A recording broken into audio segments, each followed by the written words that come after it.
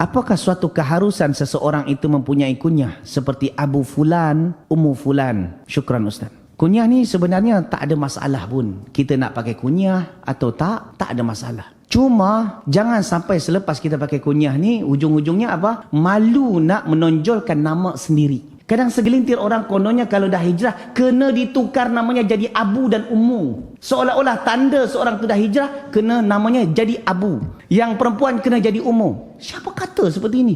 Lalu malu menonjolkan nama aslinya. Nama asli itulah yang dihadiahkan oleh bapa dia.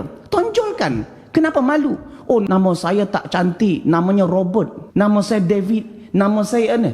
Siapa pun namanya, yang penting ada iman dan amal soleh. Allah tak tengok nama kau apa. Walaupun namanya Abdullah, namanya Abdul Aziz, namanya Abdul sekalipun, ada Muhammad sekalipun. Tapi kalau perangai mencingkahak sama juga.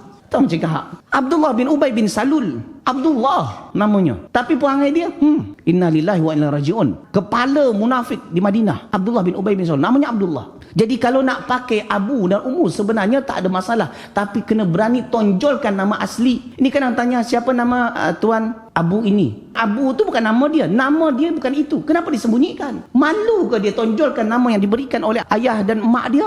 Seolah-olah kalau dah hijrah tu kena Abu dan Ummu. Jadi kalau namanya tak ada Abu dan Ummu, belum hijrah lagi kita. Jadi syarat hijrah bukan tukar nama menjadi Abu dan Ummu. Syarat hijrah hadir di majlis ilmu, hadir dengar kajian. Mana yang perintah daripada Allah dan Rasul, itu yang dibuat. Mana yang dilarang oleh Allah dan Rasul, itu tinggalkan. Itulah yang namanya hijrah. Apa guna namanya Abu dan Ummu tapi 3 kali raya tak pernah duduk di majlis ilmu? Tak guna. Okey? Allahu ta'ala alam bisawab.